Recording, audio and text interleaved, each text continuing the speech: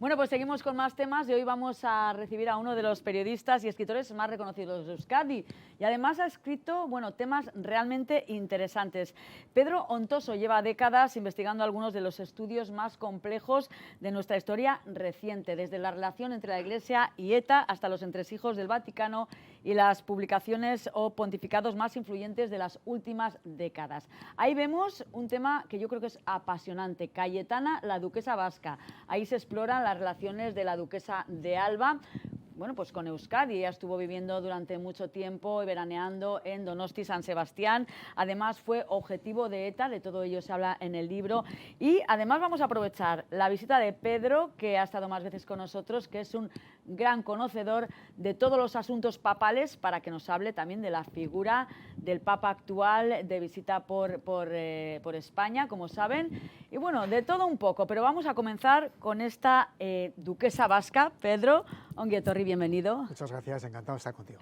Bueno, que tengo aquí este libro maravilloso, Una grande de España en los terribles años de plomo de Euskadi. Así visto, la verdad que el título y bueno, todo lo que cuenta es muy sugerente.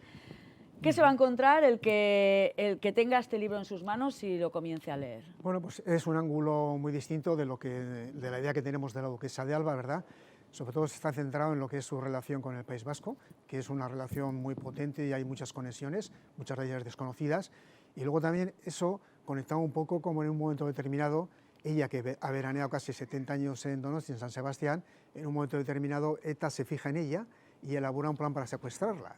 Afortunadamente fracasa en su intento, luego se olvida un poquito de la casa de Alba, pero 10 años después también lo intentan con su hijo Jacobo. Con su hijo, es verdad. O sea que se convierte en un poco en una obsesión. Entonces es esa doble narrativa o línea, ¿no?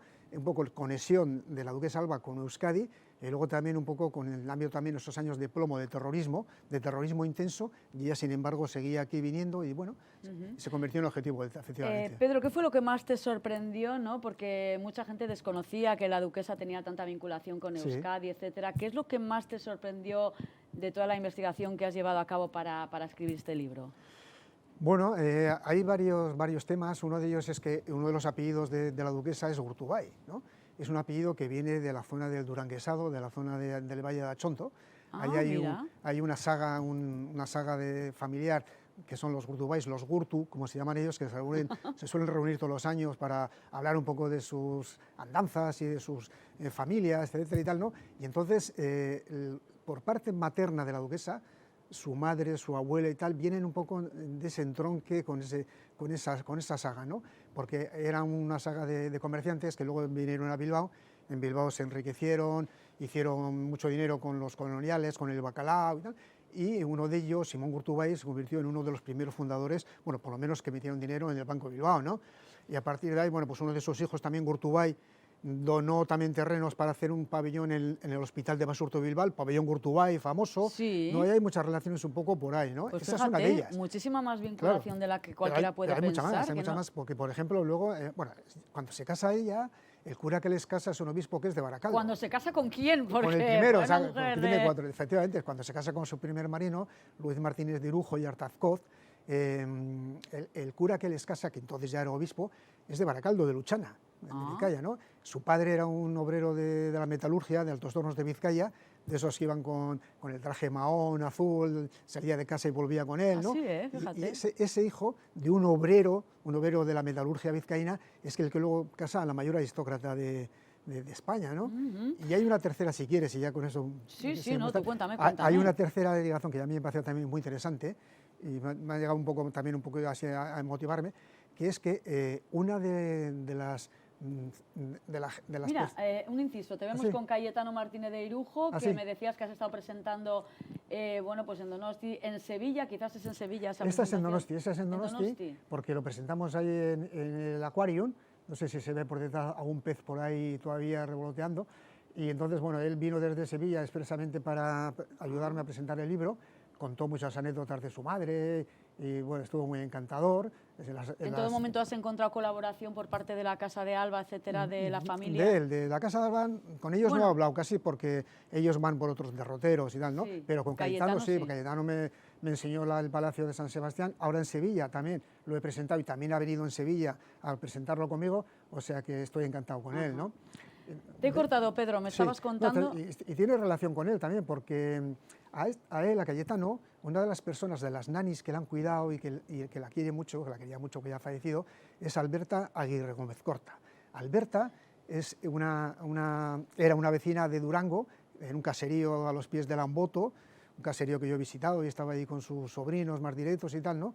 Donde guarda un montón de fotografías como una reliquia en un cofre de ellos de cuando eran pequeños y tal, y he quedado con Cayetano precisamente a pedir a ese caserío para ver esas fotos, hacer copias y tal, ¿no? Y en ese caserío ahí a los pies del Amboto, un día fue a visitarla la duquesa de Alba, fue un día, la quería mucho también a Alberta, ¿no? Aguirre, porque Aguirre Corta era muy largo, la llamaron Alberta Aguirre, ¿no? Entonces un día se presentó ahí en el caserío, entonces ya iba con escolta, con una mujer policía y un hombre policía, que la que estaba un poco ya custodiando y tal. Entonces lo primero que hizo cuando llegó al caserío, había 2 perros aquí en el País Vasco, los perros en los caseríos tenemos en la calle, ¿no? Claro. Y pero ¿cómo podéis tener unos perros en la calle? Dios Sí, mío, sí, tienen que estar en la casa y tienen que estar sobre colchoncillos y algo así, ¿no? Y entonces te voy a mandar para que cuando estéis con ellos no estén en la calle, si estén dentro, y les mando una especie de mantas y unas cosas para que estuvieran arropados. Y todo eso lo cuentas en este Todo eso lo libro. cuento en el libro, que no es una novela, es la pura realidad. O sea, vamos, es no es una novela, fiel a aunque la lo parezca. realidad. Sí, todos los nombres que aparecen ahí son nombres propios que existen o han existido. Entonces, bueno, cuando me comentabas, ¿no? La planificación del secuestro por parte de ETA de Cayetana, ¿cómo descubre la historia? ¿Cómo ha sido esa investigación? ¿Qué documentación encontraste para Bueno, poder... la documentación es escasa porque son unos años turbulentos. Claro.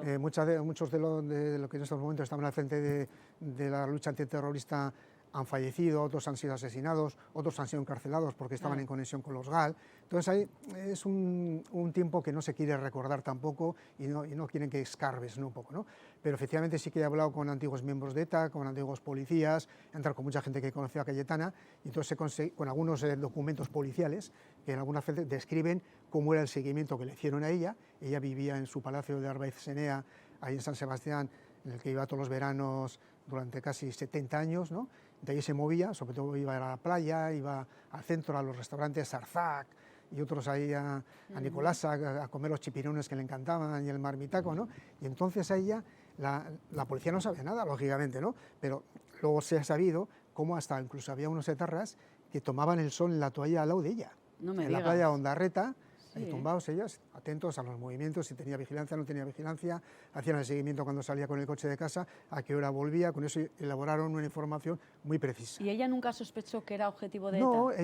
ella decía, ¿no? Le decía incluso a su hijo Cayetano, ¿no? Pero ¿cómo me van a secuestrar a mí? Si yo una persona soy muy popular, conmigo no se van a meter, ¿no? Tenía esa sensación, ¿no? Lo que está Se claro es metieron. que si habrás investigado, lógicamente, es Claro. un poco su figura más allá de la imagen mediática que Claro. todos tenemos. Si sabemos que fue una adelantada a su tiempo, eso está claro, ¿no? Sí, Pero sí. ¿cómo era realmente que te ha enseñado a escribir sobre Cayetana de Alba como persona?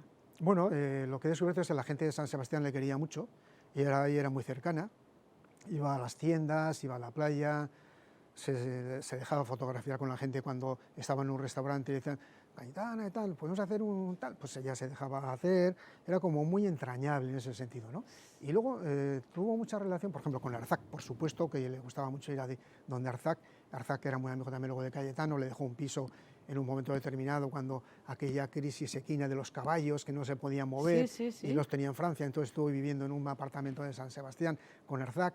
Pero luego hay un personaje muy curioso del que cuento en el libro, que es Rosario Piropo. Rosario Piropo es una peluquera, es la peluquera de las estrellas en Donosti, es la peluquera un poco del festival, ¿no? Por ahí han pasado personajes de primera línea, actores de Hollywood, que antes de que reciben un premio en San Sebastián o hacer una presentación, pasaban por Rosario Piropo, o Piropo pasaba por el hotel o por donde estaban ellos y les peinaba, ¿no?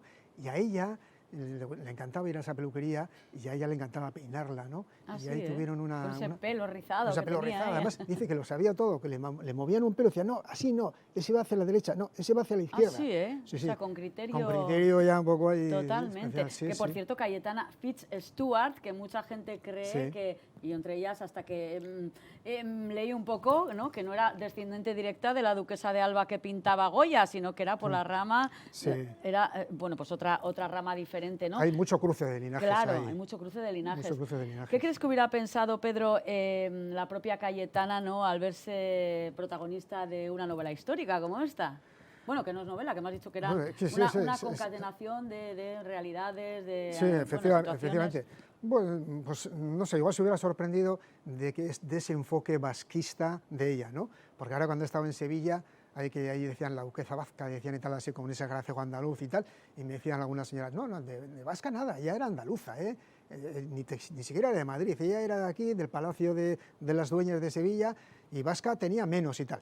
Y sin embargo, sí que es verdad que tenía un perfil también muy vasco, porque ha estado 69 años viniendo a Donostia a veranear, año tras año, y no ha sido fiel, y nunca ha fallado, ningún año ha fallado, hasta que Además murió. de hablar de Cayetana, entiendo que sí se habla mucho, ¿no?, de esos años de plomo aquí en Euskadi, tú como periodista, subdirector del diario El Correo, además que lo has vivido durante aquella época, etcétera, que es un poco lo que nos vamos a encontrar de aquella época, se ahonda bastante en esas situaciones. Bueno, yo aprovecho también un poco para hacer un poco de contextualización, Claro. ¿no? Eran años muy duros, años en los que te acostabas a la noche con el estruendo de un coche bomba y despertabas con el fulgor de un tiro en la nuca, ¿no? Claro. Y eso era diario, diario, diario. Y sin embargo, eso estaba ahí presente, ¿no? Entonces, en esa época, en ese momento, cuando ellos se fijan en ella para intentar secuestrarla, se produjo la famosa, una operación policial con la CIA, que pasaron unos misiles a ETA que estaban trucados con unos sensores, unas radiobalizas, ¿no? Y entonces, tras un seguimiento, llegaron hasta la fábrica de armas de ETA, eso fueron como 8 meses antes un poco de cuando ellos habían fijado el secuestro, eso hundió un poco a ETA, fue un bajonazo para ellos. Luego resulta que a primeros de año 87 también detienen al escurridizo Comando Madrid, con el que no podían con él, y al final lo detienen.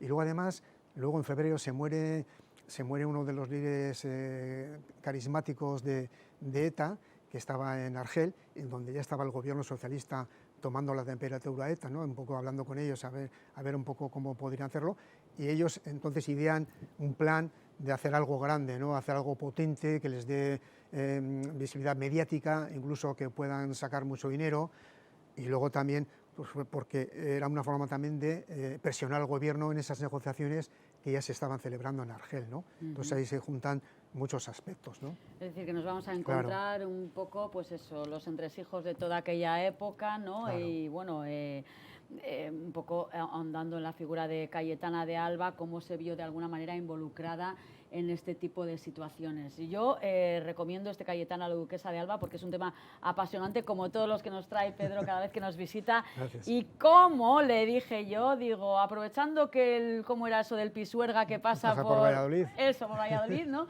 Claro, tenemos temazo, tenemos la visita del Papa, claro, León XIV, y tú eres una de las personas más documentadas sobre la Iglesia Católica y sobre la figura de los papas, un apasionado de estos temas, has escrito varias publicaciones, ¿no? ¿Cómo estás viendo estos días esta visita de León XIV y cómo ves su imagen? Bueno, pues cuéntame. fíjate, antes de entrar un poco en eso, si te parece, Sí, dime. No, te puedo comentar que Cayetana de Alba, por ejemplo, cuando se casó con su segundo marido, que era Jesús Aguirre, era un ex sacerdote, ¿no?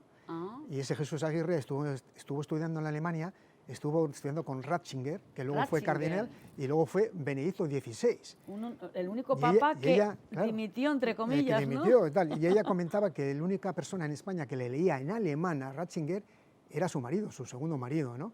O sea que ahí hay una conexión también de ella, que era muy devota y muy creyente y tal, con la religión, ¿no? Pero volviendo a lo que me preguntabas... Fíjate, ¿no? De Ratzinger, ahora que me comentabas, a mí me sorprendió, como creo que a mucha gente, ¿no? Que teníamos aquella imagen de que era malo, de que era no sé qué, que era muy hierático, y luego, a posteriori, una vez muerto, yo creo que fue mucha gente la que descubrió, ¿no? Un hombre muy culto, extremadamente culto, hablaba muchísimos idiomas, una persona que al final, pues era incluso más cercana de la imagen que parecía, ¿no? Él no quería ser papa, él no quería ser papa, él ya tenía una edad muy avanzada, lo que quería era escribir, leer, que lo que le gustaba era un ratón de biblioteca, entre comillas, ¿no? Y sin embargo le ponen delante todo el tema del marronazo, ¿no? De ser el papa, marronazo. Además en unos momentos con una división en el Vaticano interna llena de lobos, como él decía, de cuervos que están ahí esperando, con todo el tema de la pederastia, con todo el tema del blanqueo de dinero en la banca vaticana.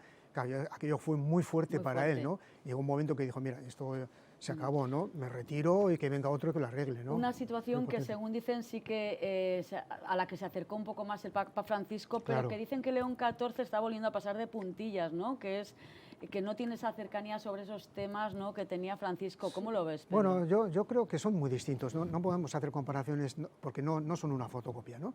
Entonces, yo creo que esta visita a España va a servir, ¿no? Está sirviendo, ya ha servido ya, para ver un perfil de León XIV como un papa tranquilo, pacificador, no va con el turbo, va con el diésel, ¿no? Pero es muy sereno en sus formas, pero muy radical en sus mensajes. Y los mensajes que está lanzando, aquí los que ha lanzado en España, han sido muy en la línea y en la estela de Francisco. Lo que pasa es que él no da grandes titulares, ¿no?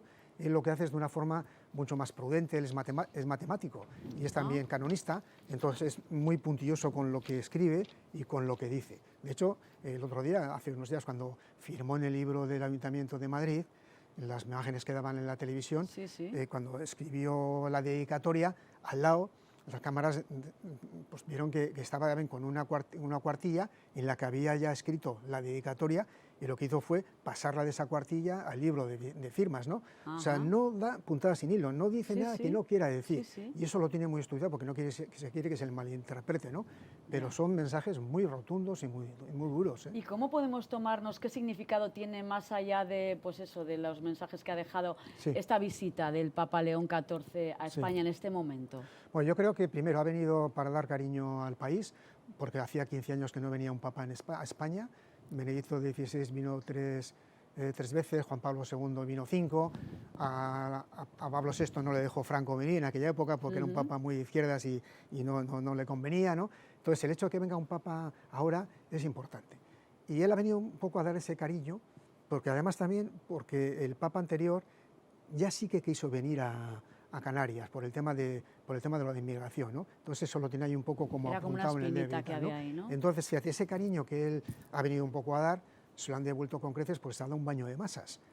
Ha habido 1.200.000 personas en la puerta de allí pues en Cibeles, 500.000 no sé dónde, son cifras de récord, aplausos de 7 y 6 minutos y tal. Entonces, aparte de eso, de ese mensaje un poco más simbólico del cariño, yo creo que también venía con un programa muy de Vaticano, muy político entre comillas, por dos razones. El que venía a decir a España, pero se lo quería decir a Europa, de que hay que revitalizar la fe. En estos momentos estamos en un momento de baja, está cayendo una secularización galopante. Cataluña ahora mismo es la comunidad autónoma más secularizada de España, el País Vasco la segunda.